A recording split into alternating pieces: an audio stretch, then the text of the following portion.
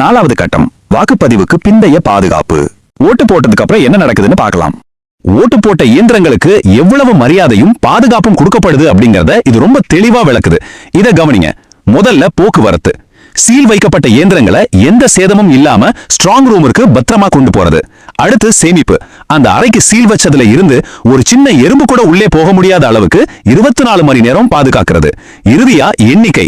முடிவுகள் முழுமையா வெளியாகும் வரை எண்ணும் மையத்தோட உள்வளையத்தை பாதுகாக்கிறது. இந்த ஒவ்வொரு கட்டத்திலையும் CAPF ஓட கடமை ரொம்ப துல்லியமா வரையறுக்கப்பட்டிருக்கு.